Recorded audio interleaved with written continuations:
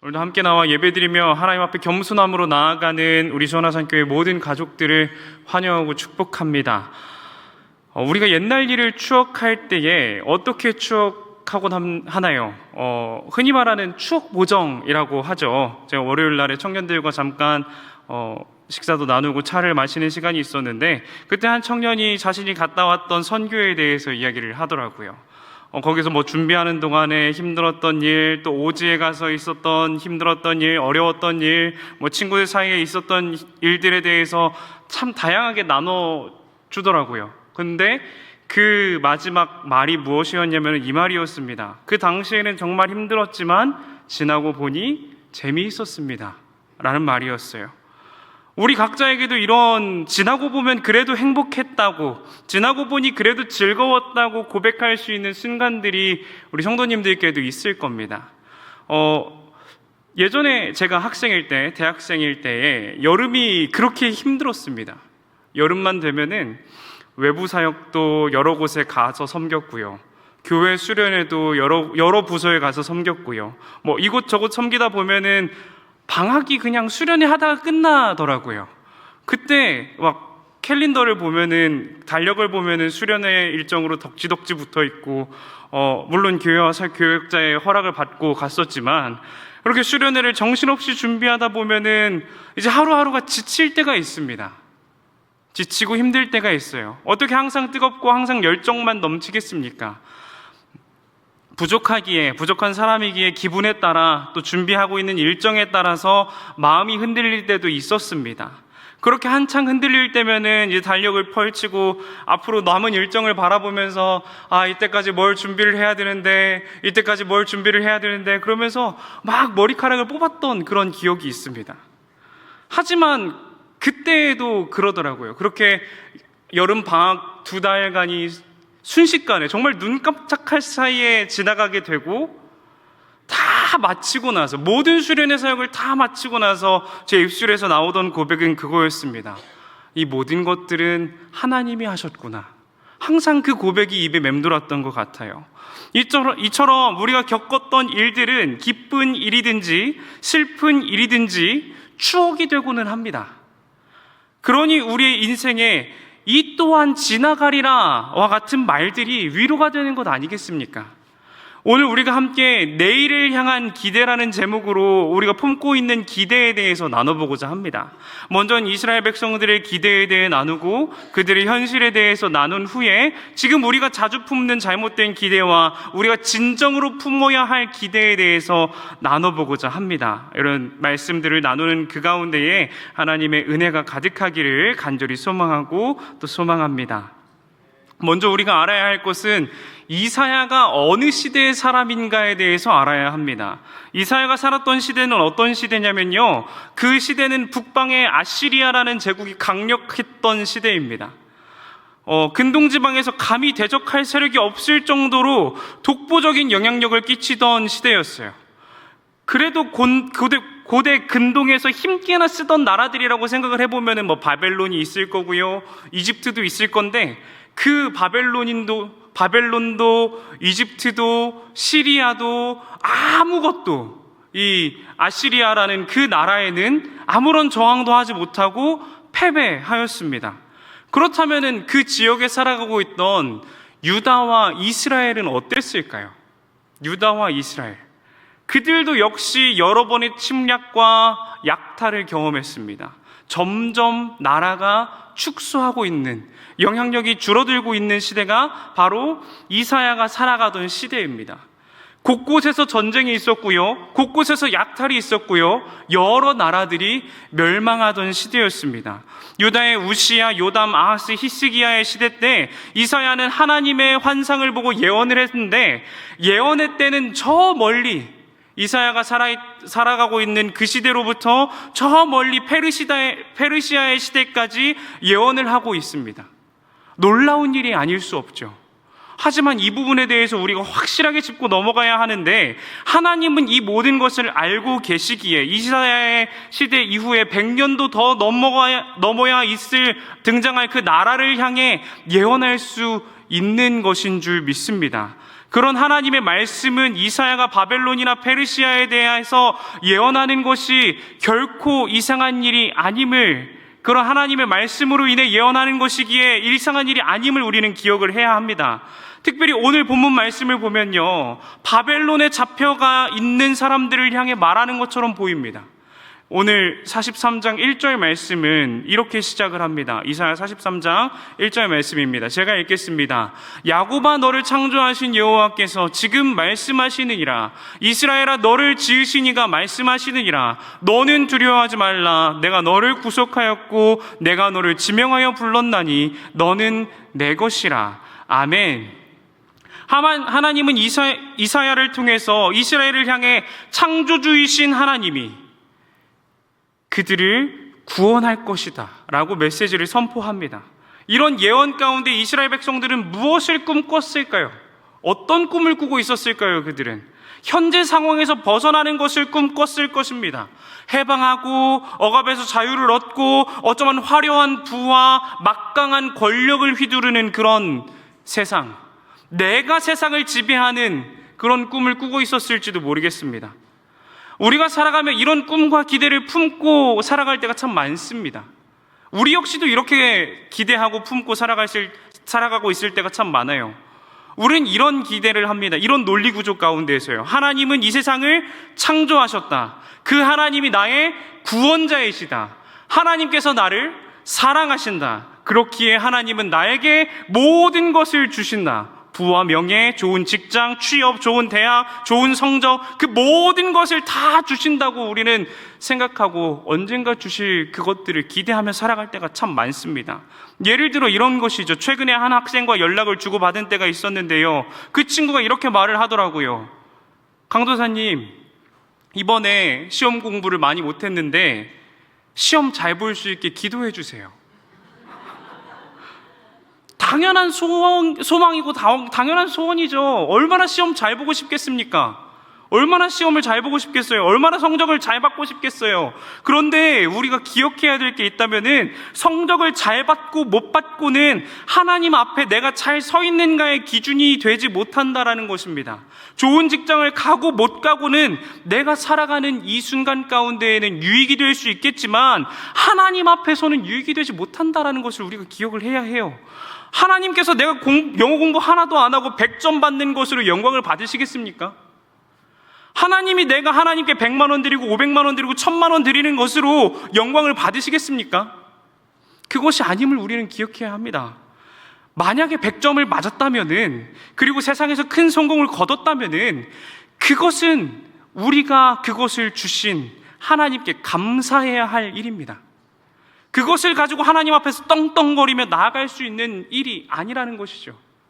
우리는 이런 착각과 꿈에서 깨어나야 하는 줄 믿습니다. 성도는 하나님 앞에서 그런 쓸데없는 것이 아니라 진정한 것을 바라며 나아가야 해요. 진정한 것, 진리를 구하며 나아가야 합니다. 이사야는 오늘 말씀에서 이전에 있었던 일과 새롭게 행하실 일에 대해서 이야기를 하고 있습니다. 이전에 있었던 일이 무엇일까요? 지금 하나님이 이루실 바벨론에서부터의 구원을 말하고, 지금 하나님께서 이제 바벨론에서부터의 구원을 말하고 있는데 그 이전에 있었던 구원의 사건이 무엇일까요? 예레미야 16장 14절 말씀은 이렇게 기록을 합니다. 한 목소리로 읽겠습니다. 여호와의 말씀이니라.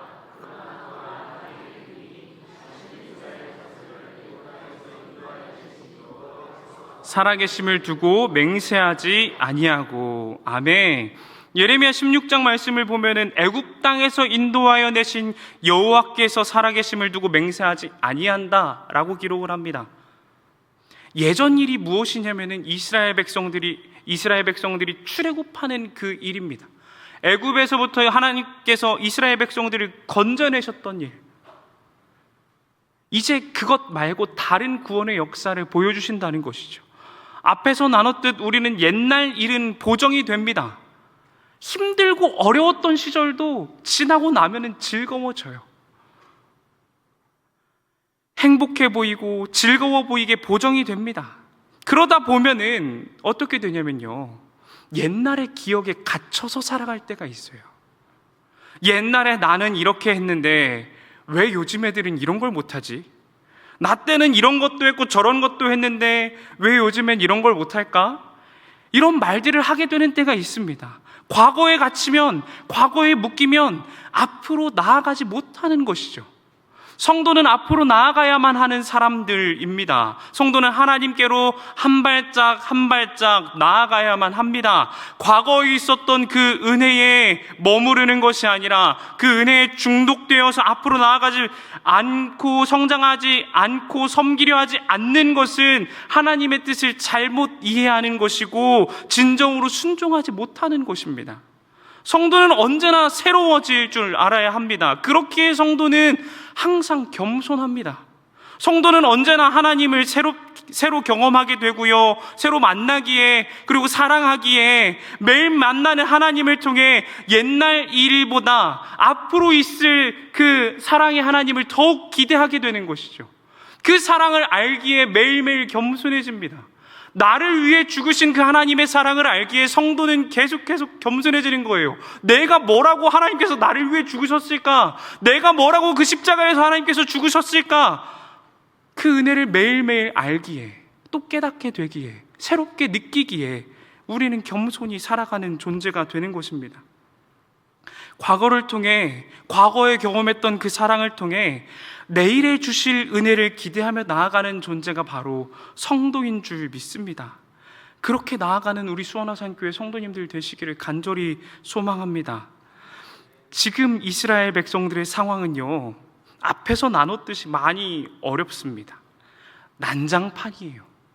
매일매일 지옥 속에서 살아갑니다. 전쟁이 매일 이루어지고요, 마을에 많은 젊은이들이 징집돼서 전쟁에 나가고 나서 돌아오지 못합니다. 그런 그들이 할 수 있는 일이 무엇입니까? 신께 비는 것이죠. 신께 비는 겁니다. 하지만 그 대상이 잘못됐어요. 그들은 하나님이 아니라 우상에 찾아가서 빌었습니다. 다시 말하자면은 하나님께도 빌고 우상에게도 빌었어요. 하나님께만 빌면 다행인데 하나님께도 빌고 우상에게도 빌었습니다. 그들이 심판받는 이유가 바로 이것입니다. 하나님께도 빌고 우상에게도 빌었기 때문에 그래요. 바벨론에게 멸망당하는 이유가 그것입니다. 그들이 잘못된 신앙을 가지고 있었기 때문에 그렇습니다. 우상과 하나님을 함께 섬기는 죄를 범했기 때문에 그렇습니다. 하나님이 가장 가증하게 여기는 죄를 스스럼 없이 아무 문제가 없다는 식으로 범했기 때문에 그렇습니다. 그들은 아수르에게 심판을 받았고요, 바벨론에게 심판을 받게 됩니다. 다 멸망했고요, 다 사라졌습니다.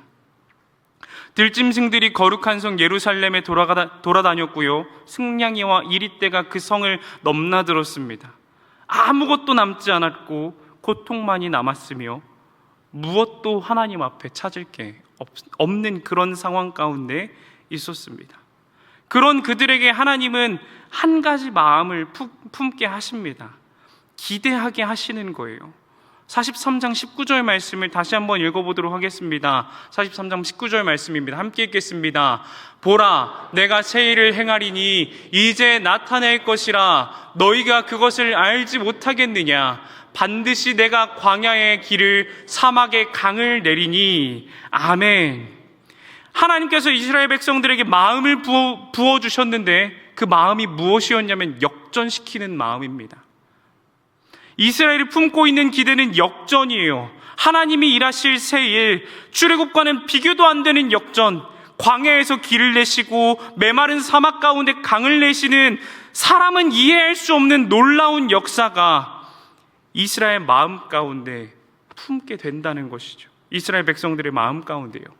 하지만 이 말을 들은 이스라엘 백성들이 기대한 것은 무엇일까요? 새로운 나라의 탄생이었습니다. 그들만의 나라의 탄생이었어요. 새로운 유대 국가의 탄생입니다. 다시 새롭게 일어설 유대인의 국가가 건설되는 것. 그들은 여전히 유대인만이 하나님의 백성이고 자녀라고 생각을 했거든요. 그들이 바라던 메시아는 그런 존재입니다. 새로운 유대 국가를 탄생시키는 존재, 바벨론의 압제로부터 그들을 일으켜 세울 존재, 페르시아의 압제로부터, 헬라와 로마의 압제로부터 그들을 일으켜 세울 존재, 그 존재가 바로 메시아였습니다. 시대와 상황에 따라 그 대상이 달라지기는 했지만 유대 나라를 세우는데 방해가 되는 그 방해물을 치우는 존재가 바로 메시아였어요. 그들에게 그것이 구원이었습니다. 이런 그 기대가 여러분은 어떻게 느껴지시나요? 이런 이스라엘 백성들의 기대가 어떻게 느껴지시나요? 이스라엘 백성들의 기대는 다시 보면은 스스로를 위한 기대입니다. 스스로를 위한 기대예요. 성도들은 신앙에 대해서 고민을 해봐야 합니다. 성도의 신앙의 이유가 무엇인지 고민해봐야 해요. 그리고 예수 그리스도의 사랑을 안다면, 적어도 그 사랑을 경험한 사람이라면 결코 성도의 입에서 신앙의 이유가 나를 위함이라는 것을 고백할 수 없을 것입니다. 하나님의 구원에 어째서 성도의 기대가 들어갈 수 있겠습니까? 하나님의 구원의 역사에 어떻게 사람의 욕심이 들어갈 수 있겠습니까? 지금을 살아가는 우리는 여러 세상의 말들을 경계해야 합니다. 내면의 소리에 귀 기울이라는 말들도 있겠고요, 나를 위해 살라는 말들도 있을 겁니다. 요즘 서점에 가보면 자기계발 서적이나 간단한 에세이 서적들이 참 많습니다. 대체로 그 서적들을 보면은 보통 그런 종류들의 책이에요. 지금도 잘하고 있어요. 지금으로도 충분해요. 완벽하진 않지만 그래도 괜찮아요 라고 말하는, 응원하는 책들입니다. 지금의 모습도 괜찮고 너무나도 잘하고 있다고, 그 판단대로 살아가라고, 지금도 괜찮다고 위로하는 책들이 참 많습니다. 하지만 정말 사람의 마음대로 살아가는 것이 괜찮습니까? 정말로 내 마음대로 살아가는 것이 괜찮은 인생이고 괜찮은 삶입니까? 예레미야 17장 9절에서는 이렇게 기록하고 있습니다. 제가 읽겠습니다. 만물보다 거짓되고 심히 부패한 것은 마음이라 누가 능히 이를 알리오마는. 아멘. 성경은 이렇게 기록합니다. 그 무엇보다도 거짓되고 그 무엇보다도 악한 것이 사람의 마음이라고요. 그렇기에 성도의 신앙은 성도가 되어서는 안 됩니다. 하나님의 구원을 판단하는 문제도 마찬가지입니다. 그 역사를 판단하는 것 역시, 하나님의 역사를 판단하는 것 역시도 마찬가지입니다. 그리고 그 모습을, 하나님께서 일하시는 그 모습, 사람을 통해 일하시는 그 모습을 판단하는 것 역시도 마찬가지겠지요. 사람의 마음이 아니라 하나님의 말씀을 기준으로 판단해야 하는 것이 성도인 줄 믿습니다. 결국에 하나님이 이루실 새 일은 무엇일까요? 하나님이 이루실 새 일, 앞에서 말했듯 역전하는 겁니다. 역전시키는 거예요. 사람의 마음대로 역전시키는 게 아니라, 내가 원하는 대로 역전시키는 것이 아니라 하나님이 계획하신 그 뜻 가운데에서 역전시키는 것입니다. 어떤 역전이냐면은 광야에 길을 내는 역전이고요, 사막 가운데 강을 내는 역전입니다. 여러분이 사막에 대해서 아시는지는 잘 모르겠습니다. 저 같은 경우 사막에 대해서 생각을 해보면요, 제가 알고 있는 사막은 옛날에 어릴 적에 읽었던 사막에서 살아남기라는 책을 통해 배웠던 사막이 다입니다. 거기에서 읽었던, 경험했던 사막이 다입니다.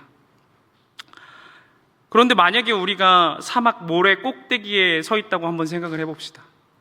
사막 그 모래 언덕 꼭대기에 서 있습니다. 한번 상상을 해볼게요. 그곳에서 주변을 싹 둘러봅니다. 모든 게 모래밖에 없습니다. 우리는 어디로 가야 할까요? 모르죠. 다 똑같은 모래밖에 없기 때문에 모릅니다. 그런데 하나님께서는 그 가운데 길을 만드신다는 거예요. 그 가운데 길을 만드셔서 우리를 똑바로 올바른 길로 인도하신다는 겁니다. 우리가 살아가고 있는 이 세상도 마찬가지입니다. 길이 보이지 않습니다. 어디로 가야 할지 모르겠어요. 세상에서는 이대로 괜찮다고 말을 하는데, 나는 이대로 살아가면 안 될 것 같은데 세상에서는 자꾸 이대로 괜찮다고 말을 합니다. 어디로 가야 할지를 모르겠습니다. 그때 하나님께서 우리에게 길을 알려주신다는 거예요. 그때에 하나님께서 이루시는 역사가 무엇이냐면은 성도가 가야 할 길을 비춰주신다라는 것입니다. 두 번째는 메마른 땅에 대한 것입니다. 메마른 땅에 강을 내신다는 것이 얼마나 큰 역전인지 모릅니다. 메마른 땅을 걸어보셨나요? 어릴 적 제가 살던 집 주변에는 논이 참 많았습니다. 논이 있었는데요, 지금 때쯤 되면은 논엔 물이 가득 차 있어요. 물이 가득 차 있는데, 추수가 끝나고 겨울이 되면은 논이 쩍쩍 갈라집니다. 메말라가지고 쩍쩍 갈라져요. 비가 하나도 오지 않는 그 시간이 지나면은 논바닥이 갈라지기 시작합니다. 그게 메마른 땅이겠죠. 그 메마른 땅을 다시 촉촉하게 하는 일은 쉬운 일이 아닙니다. 물을 계속해서 퍼나르거나 하늘에서 시원한 비가 내려야지만 그곳에 물이 충만해질 수 있어요. 그 작은 논도 그렇습니다. 그런데 만약 이 광야 가운데 강을 낸다면, 그 넓은 곳에서 강을 낸다면 한순간에 강이 나타나겠습니까? 당연하게도 이는 하나님의 능력 외에는 이룰 수 없는 것이죠. 메마른 땅을 촉촉하게 하시는 하나님, 광야를 사람이 살아갈 수 있는 땅으로 역전시키시는 하나님, 우리의 완악하고 딱딱한 마음을 부드럽게 녹이시는 분이 바로 하나님이시라는 겁니다. 광야와 같은 마음을 갖고 있다면 우리가 하나님께 나아가야만 합니다. 새 일을 행하시는, 그 역전을 행하시는 하나님께 나아가야만 합니다. 결국 승리를 주시며 구원을 주시는 그 하나님께 우리가 나아가야 하는 줄 믿습니다. 그렇다면 이스라엘 백성들이 기대해야 할 일은 무엇일까요? 하나님의 역전의 역사를 기대해야겠죠. 그 상황 가운데, 어려움 가운데 일하시는 하나님을 기대해야 합니다. 그리고 그들은 메시아의 오심을 기대했어요. 바벨론에서부터의 구원을 기대했고요, 페르시아에서부터의 구원을 기대했고, 로마로부터의 해방을 기대했습니다. 하나님이 주실 역전의 역사를 기대하며 내일을 기대한 것이죠. 그렇다면 우리는 어떤 기대를 품고 살아가야 합니까? 이스라엘 백성들은 자신의 현실에 맞는 기대를 가지고 살아갔어요. 그것이 옳았든 옳지 않았든 그런 기대를 품고 나아갔다는 것입니다. 근데 우리는 그러면 어떤 기대를 품고 나아가야 하나요? 지금을, 오늘을 살아가고 있는 우리는 무슨 기대를 품고 살아가야 하나요? 여러분은 어떤 기대를 품고 살아갑니까? 어떤 자녀의 모습을 꿈꾸며 살아갑니까? 어떤 가정을 이루기 위해 기도하고 예배하며 말씀을 묵상하십니까? 우리 중에 황폐해진 가정을 기대하는 성도는 없을 겁니다. 매일 싸우고 매일 뭔가 깨지는 소리가 나고 멍이 들어있는 그런 가정을 기대하는 사람은 단 한 명도 없을 것이라고 확신합니다. 항상 잘되고 항상 행복하고 항상 샬롬이 넘치는 가정을 꿈꾸지 않습니까? 자녀는 시험이 100점을 맞고 부모는 승진을 하며 자녀는 부모에게 순종하고 부모는 자녀가 원하는 것을, 모든 것을 들어줄 수 있는 그런 가정을 꿈꾸지 않으십니까? 어릴 적 제가 꿈꾸던 가정상은 이런 것이었습니다. 내 자녀가 해달라는 것을 해줄 수 있는 부모가 되겠다. 예를 들면은 장난감 사달라고 할 때 사줄 수 있고, 선뜻 사줄 수 있고, 놀이공원을 가자고 한다고 하면은 선뜻 함께 가줄 수 있고, 어디 해외여행 가고 싶다 그러면은 같이 가지 못하더라도 보내줄 수 있는 그런 부모가 되고 싶었습니다. 이처럼 우리는 더 좋은 삶, 더 좋은 미래를 꿈꿉니다. 그게 우리의 기대예요. 그게 우리의 기대예요. 하지만 그런 기대를 품으며 살아가는 것이 옳을까요? 더 윤택하고 더 잘 사는 삶을 꿈꾸는 것이 맞습니까? 그것만으로 충분합니까? 성도의 가정은 그것만으로 충분하지 않습니다. 그런 역사들, 즐거움들, 샬롬의 역사가 있다면 너무나 좋죠. 너무나 좋아요. 하지만 거기에서 끝나서는 안 됩니다. 성도의 가정이 꿈꿔야 하는 것은 하나님의 역전의 역사인 줄 믿습니다. 이 시대는 메마른 시대예요. 신앙의 유산이 잘 전달되지 않는 시대입니다. 여러 세상의 유혹과 시험 가운데 사실 우리 부모님의 세대도 그렇고요, 제 세대도 마찬가지였습니다. 여러 세상의 유혹 가운데 많이 흔들렸어요. 얼마나 유혹거리가 많은지 모릅니다. 그런데 요즘 세대는 더 그래요. 지금 자라고 있는 우리의 다음 세대들은요, 흔들릴 것이 더 많습니다. 더 많아요. 참 많이 흔들려요. 아쉬운 점이 있다면요, 너무나 아쉬운 점이 있다면은 교회가 옛날을 바라보다 보니 내일을 바라보지 못한다는 겁니다. 지금의 세대는 신앙교육을 잘 받으면서 살아왔어요. 우리는 잘 받으면서 살아왔어요. 그렇기 때문에 수요예배도 지키고 금요예배도 잘 나오시고 새벽 제단도 잘 쌓으시는 것 아닙니까? 그 당시에는 유혹거리가 많지 않았기 때문이라고 말할 수도 있을 거고요. 자라왔던 가정이 신앙 안에서 바로 서 있었기 때문이라고 말할 수 있을 거고요. 혹은 우리가 살아가던, 여러분께서 살아왔던 그 시대는 부모님의 말에 순종하는 문화가 있었기 때문이다 라고 말할 수도 있을 것 같습니다.